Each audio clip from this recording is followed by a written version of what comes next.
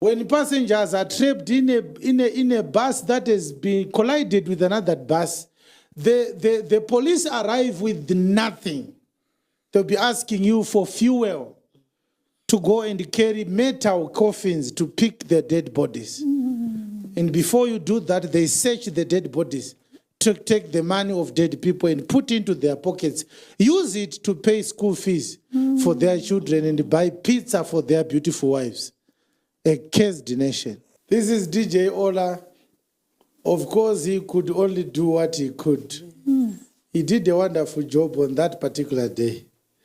We must commend him for that.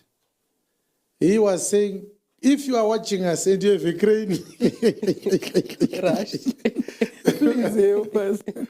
Brethren, what are the chances that there's someone with a crane in his house? Pastor, what are the chances? Zero. Even on your richest day, in your list of fleet of vehicles, what are the chances that you buy a crane? He was just appealing to the government. Maybe you've got a company,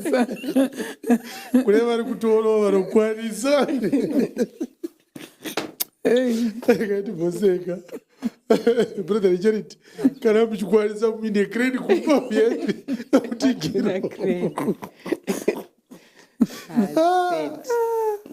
Now, believers, look at me. Sometimes we have to laugh even though it's painful.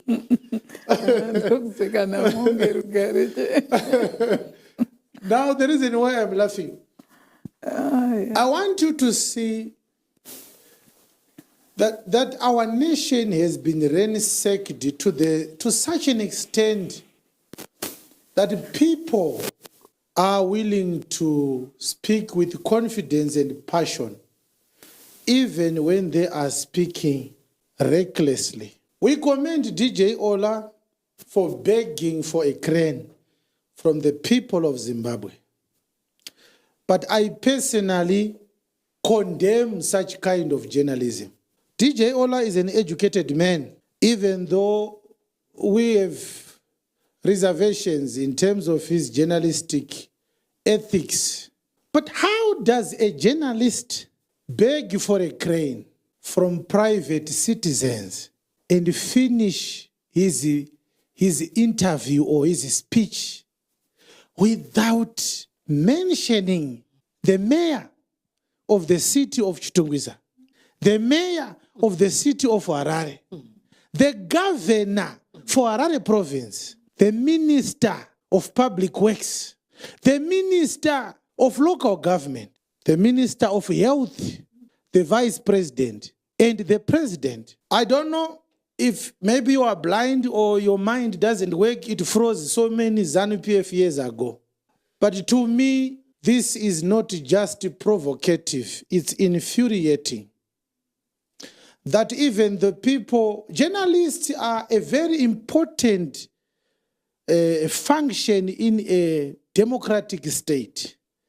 They play a very important role. Number one, they are required to inform the public of matters of life importance and governance issues. They are also required to ask important questions and hold the state accountable to the people that voted for them. If this is a version of a journalist that you aspire to be, then you are a very, very useless person. Imagine, brethren, charity, imagine you meet a police officer and he starts to say, if you catch a criminal, please tell me. I also have some criminals that I'm looking for.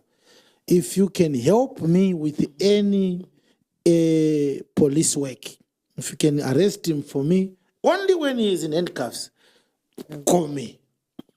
These are the list of criminals I'm looking for, but they are dangerous. But if you find them, please arrest them and then call me. Can you say that person is a police officer? No, he's not. I don't know, believers, and I'm not seeking or starting a war with DJ Ollah.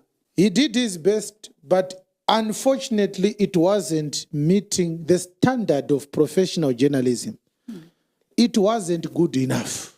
DJ Ollah should have said, I have called the office of the mayor of Chitungwiza and I have demanded that either they bring a crane or they hire a crane pronto from construction companies that hire out earth-moving equipment. He abandons the state whose constitutional responsibilities involve the public safety of its people. He starts to look back from the state. He faces the nation, the poor people of Zimbabwe. If you happen to have a crane now, please, we beg. Do you have a crane? Madam, do you have a crane at home? Wale, do you have a crane there? This is pathetic journalism.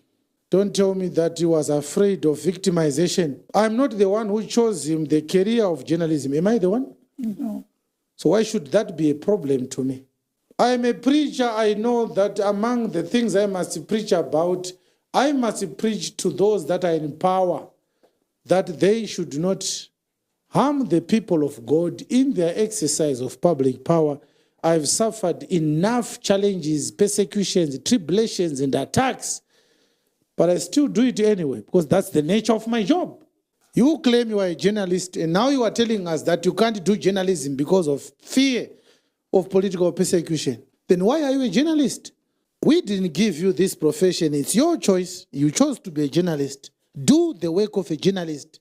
Hold the powerful to the truth. Truth to power. What about power to the truth?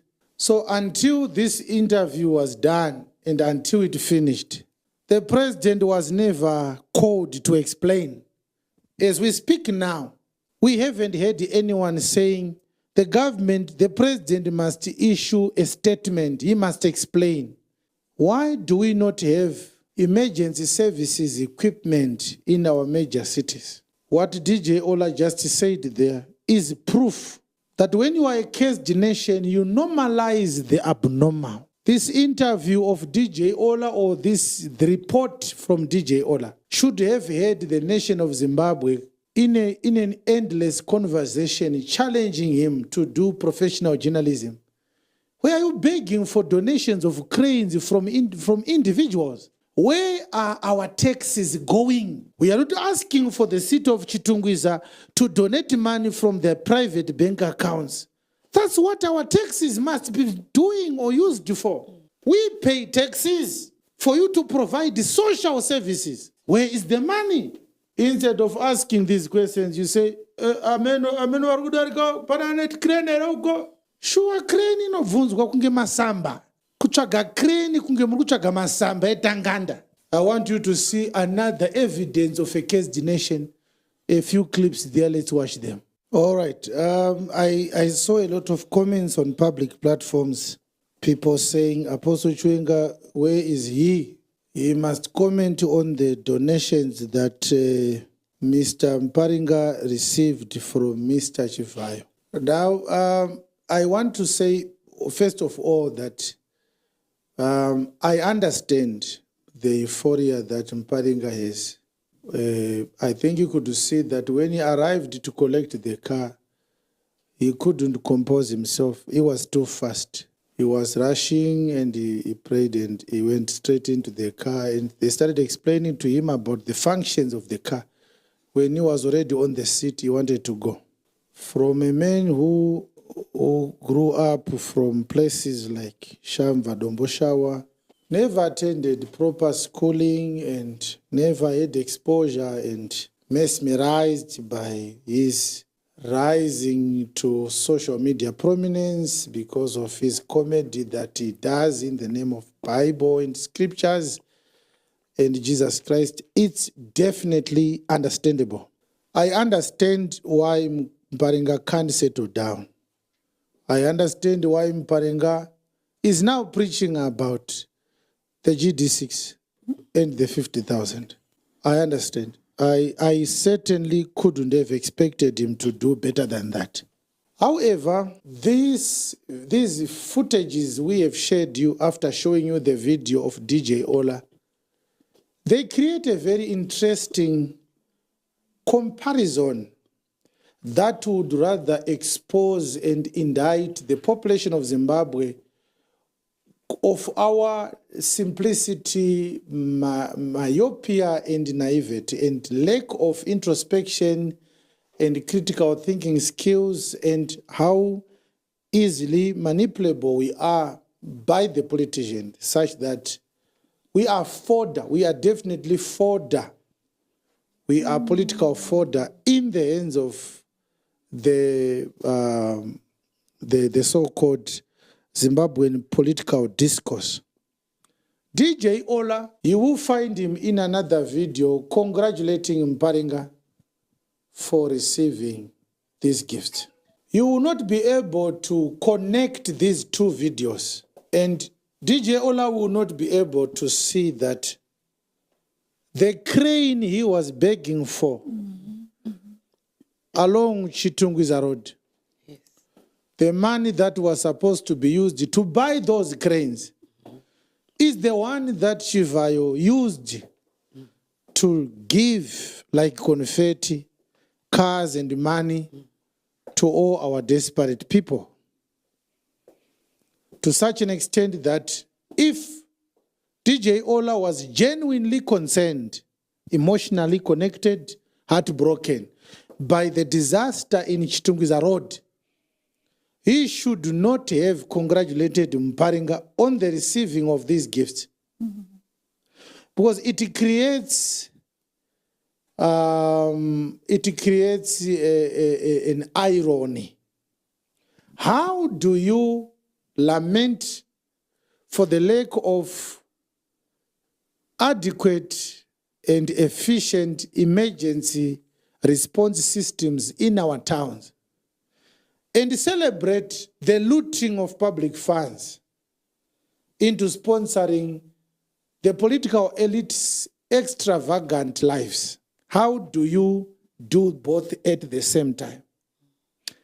Either DJ Ollah must receive another car from Chivayo and join the bandwagon of political prostitutes and the political flip-floppers and the political minions. Or DJ Ollah must have a genuine concern about the people of Zimbabwe and lament that the government is abusing money, funds, public funds, meant for developing things like this, building good roads, proper infrastructure, emergency response equipment, etc., and stay on that lane, and then lose favor with the political elites. Because once you start speaking the truth, you get no donation. Oh, yes. They will try, they may try, because they want to compromise everyone.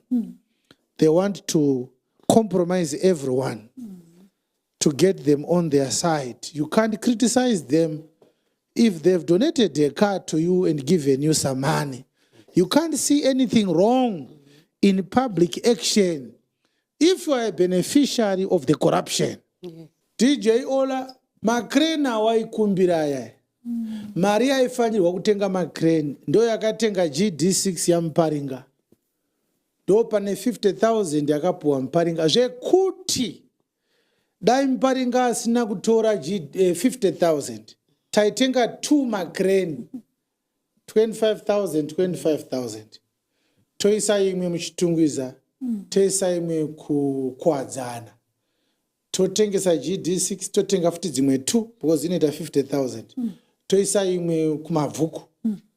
Toisa imwe zvichida kudombo shawo. Takamirira kuti panenge panzi paine zvaitika, ngapaite chinhu chiri padhuze chinobatsira vanhu vedu.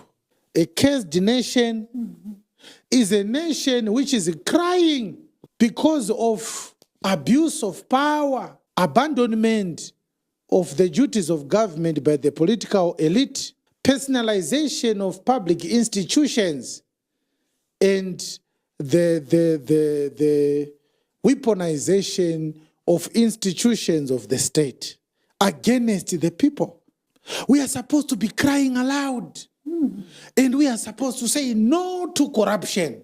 Now, Ollah will never see that. You will see him saying to Muparinga, congratulations on your gifts. Now I've got a lot of things to want to say, but I have to go into my message. But the first issue is, I want to tell Muparinga, though he will never believe it, that the gifts he received did not come from God. They came from ZANU-PF. Asi mngari traimo akakutengera GD6.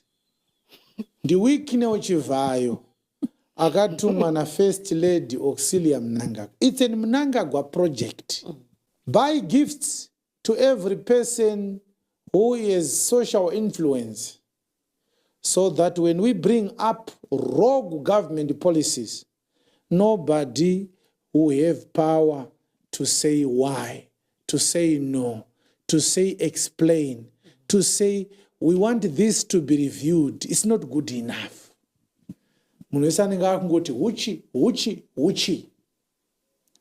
Haasi mngari akapa Muparinga 50,000.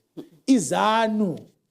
Now, I might agree with Muparinga that those gifts came from God, on condition that Muparinga admits that he worships ZANU-PF.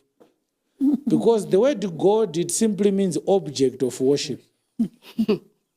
All right. The second issue is that I want you to see why when we become economic destitutes in our own country, we are sliding into a public national embarrassment of epic proportions. Our future children and grandchildren will curse our graves. When you are in serious and abject poverty, sometimes you lose your dignity without knowing it. You understand? It may look good and fashionable and right at that particular time, but in the future, it will be troublesome.